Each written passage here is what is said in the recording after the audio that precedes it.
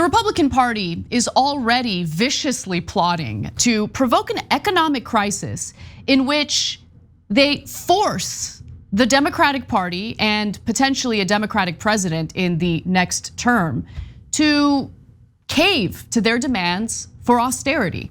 In this case, they have their sights set on cutting incredibly popular government programs like Social Security and Medicare. Something to keep in mind as I give you the details of this story. This is really important to remember. While you have Republicans co-opt populist language in order to trick voters into believing they have any concern about their economic anxiety, in reality, today's current Republican Party is no different from the Republican Party that we've dealt with for decades. They want austerity. They want tax cuts for the rich. I mean, they've already succeeded with tax cuts for the rich and corporations with Donald Trump's 2017 tax cuts. But to be sure, the reason why they want those tax cuts, the way they plan on accomplishing those tax cuts is by cutting spending. And we're not talking about frivolous pork. We're talking about spending that prevents elderly people from ending up on the streets. Programs like Social Security. And how are they planning on doing it? Well, they're actually pretty transparent about what their plan is, how they want to accomplish it, and the corporate media asleep at the wheel. Maybe because the corporate media is owned by corporate conglomerates who also want those tax cuts. But let's get to the details of this story. As Jonathan Chait, of all people, over at New York Magazine writes, Bloomberg's Jack Fitzpatrick interviewed several Republican contenders to lead the House Budget Committee. They all said with varying levels of specificity that they plan to investigate, or instigate, I should say, a debt ceiling standoff to force Biden to accept cuts to retirement and healthcare programs. So the GOP plans on taking over the House after the midterms. There's a pretty good chance that they will succeed in that goal. And if they do, if they manage to control the House, what they plan on doing is refusing to vote in favor of lifting the debt ceiling unless the Democrats, with the help of Joe Biden, assuming he's willing to do this, will agree to tax cuts for the wealthy, agree to austerity when it comes to Medicare and Social Security. And if they don't agree to those things, well, the Republicans will refuse to vote in favor of lifting the debt ceiling. Now, if you fail to lift the debt ceiling, that means a global economic catastrophe. But it's really important to remember one thing. The catastrophe mostly impacts stock portfolios. And the individuals invested in those stock portfolios happen to be the wealthiest people in the country, including members of Congress. So this is a warning to Democrats that they are about to engage, assuming that Republicans take over the House. They're about to engage in a game of chicken. And it's really important that they stand their ground on this matter. Now let me continue. Representative Buddy Carter told Bloomberg just openly, quote, "Our main focus has got to be on non-discretionary, meaning non-discretionary spending. It's got to be on entitlements." Now, Social Security and Medicare are entitlements because guess what? We pay into those programs. We are entitled to benefit from those programs. That is why they're referred to as entitlements. And that is specifically what the GOP wants to cut or privatize in the case of Social Security. Representative Jodey Arrington from Texas was also clear in his goal to push for stricter means testing and also raising the eligibility age for Social Security in particular. He says Republicans have a list of eligibility reforms and we don't like tax increases, don't like the tax increases. So what he's referring to there is the way Social Security is funded. Social Security is funded through payroll taxes, and fact of the matter is, there is a cap on the amount of income that can be taxed for Social Security. So this year, I believe it's somewhere around $134,000, if I'm not mistaken. Anything an individual makes above $134,000 will not be taxed for Social Security. And so when he says we don't like tax increases, what he's referring to is we don't want to keep raising that tax cap, that income cap, because we want to ensure that as much income as possible is not taxed for Social Security. That is what he's referring to there. Now, Representative Lloyd Smucker, who's also, of course, a Republican from Pennsylvania specifically, said this to Bloomberg.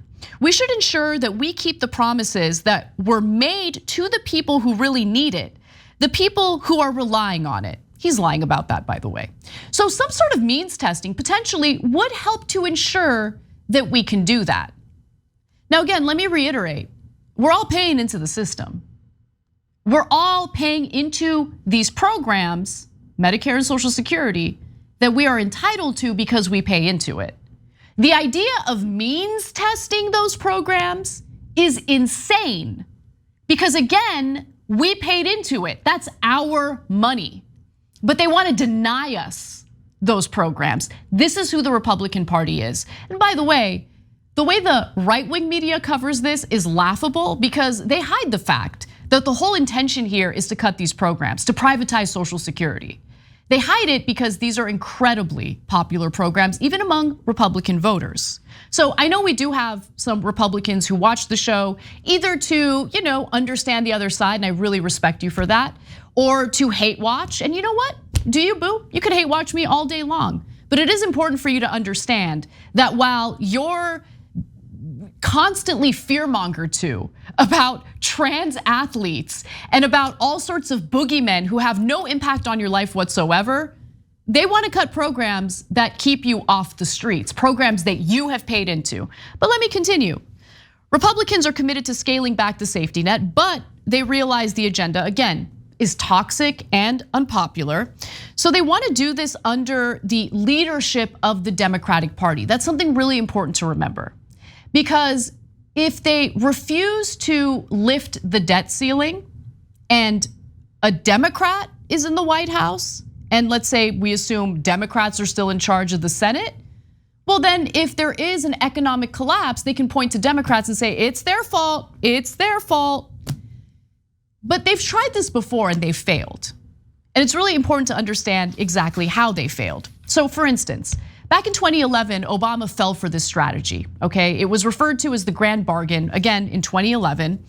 And there were two previous Democratic presidents in particular who showed some willingness to cave to the demands of the GOP.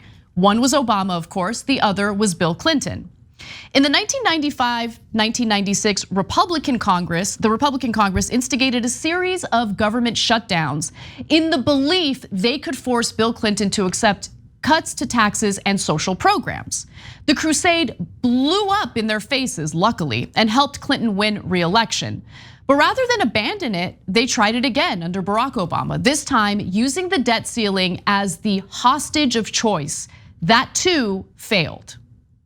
Now, the reason why it failed is because Obama demanded tax increases in return for cuts to Social Security, which, by the way, that grand bargain was pretty gross. The idea that you have a Democratic president who is willing to cut Social Security tells you all you need to know about how far the Democratic Party has moved away from representing average working Americans. I mean, the fact that Obama has the favorability rating that he does is really mind-boggling, considering how much he was willing to plague ball with corporatists and with the goons in the Republican Party.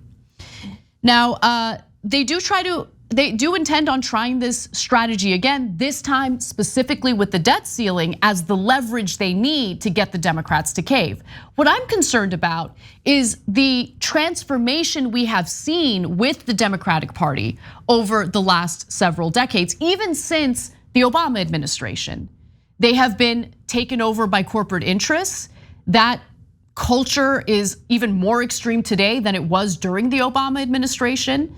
And I'm worried that we have corporate Democrats who might actually want to privatize Social Security, might actually want to cut Medicare. So they might actually be allies with Republicans, some of them. But I'm also worried that when push comes to shove, once corporate donors make their opinions heard within the Democratic Party, maybe Democrats will be more willing to cave to Republicans this time around. But that would be devastating for them politically. Because remember, this is a trick. This is a way of ensuring that Republicans get what they want in regard to austerity, knowing full well that that austerity would be incredibly unpopular. But then they get to shift the blame to Democrats if Democrats cave and play ball. They can point to Democrats and say, look, these cuts to Social Security and Medicare happened under the Democrats' watch, not under our watch. You had Joe Biden, a Democrat, in the White House when this happened.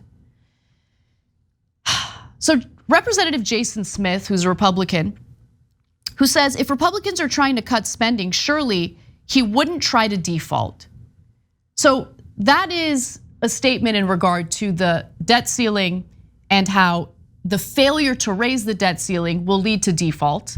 And that default would lead to the stock market crashing. The stock market crashing would lead to their stock portfolio suffering. And as we know, as I've talked about on the show multiple times, you have members of both parties heavily invested in the stock market. They don't want to lose money in the stock market by failing to lift the debt ceiling. So if Democrats have a backbone on this issue, they should call Republican out. They should call their bluff and refuse to play ball. It would be stupid if they did. It would be politically, it would be political suicide if they did.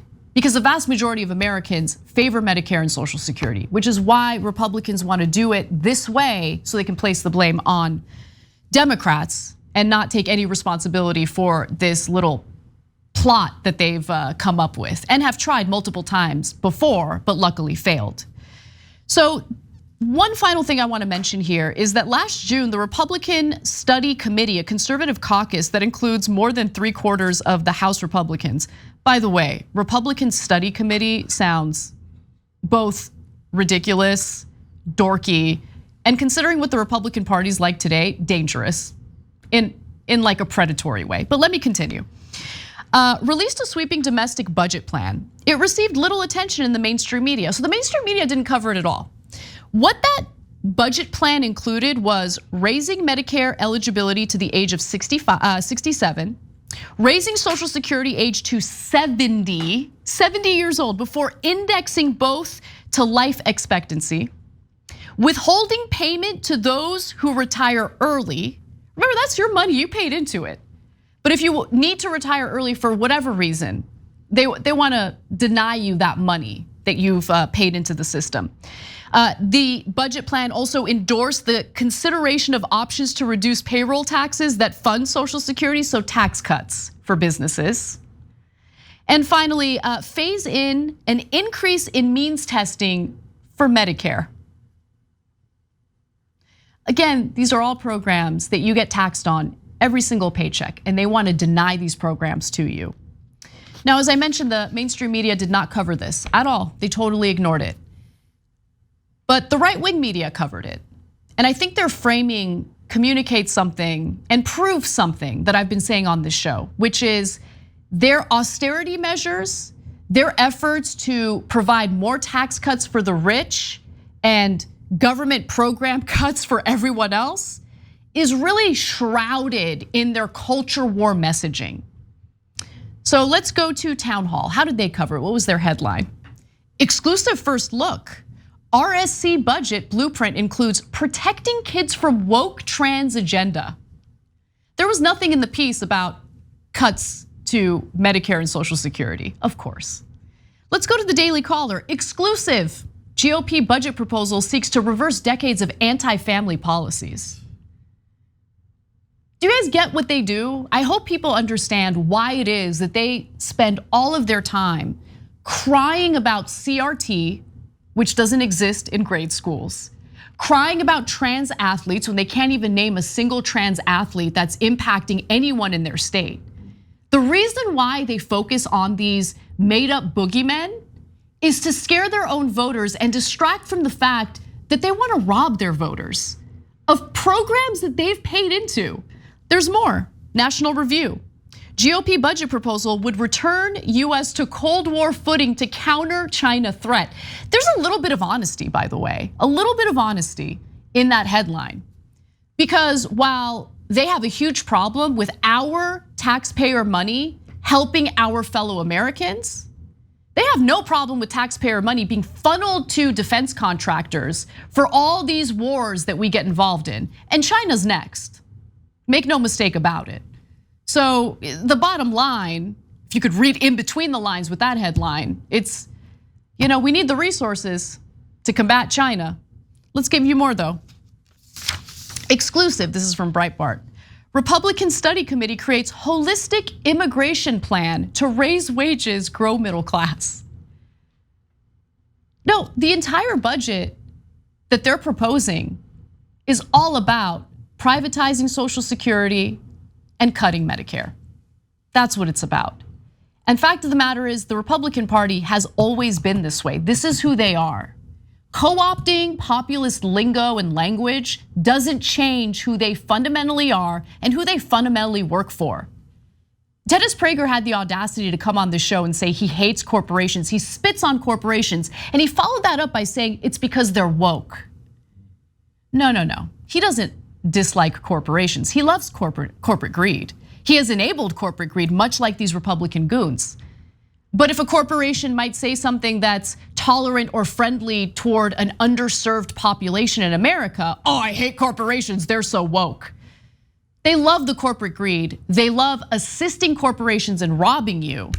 And it's about time that Republican voters woke up to that, because they're about to rob you of the programs you paid into.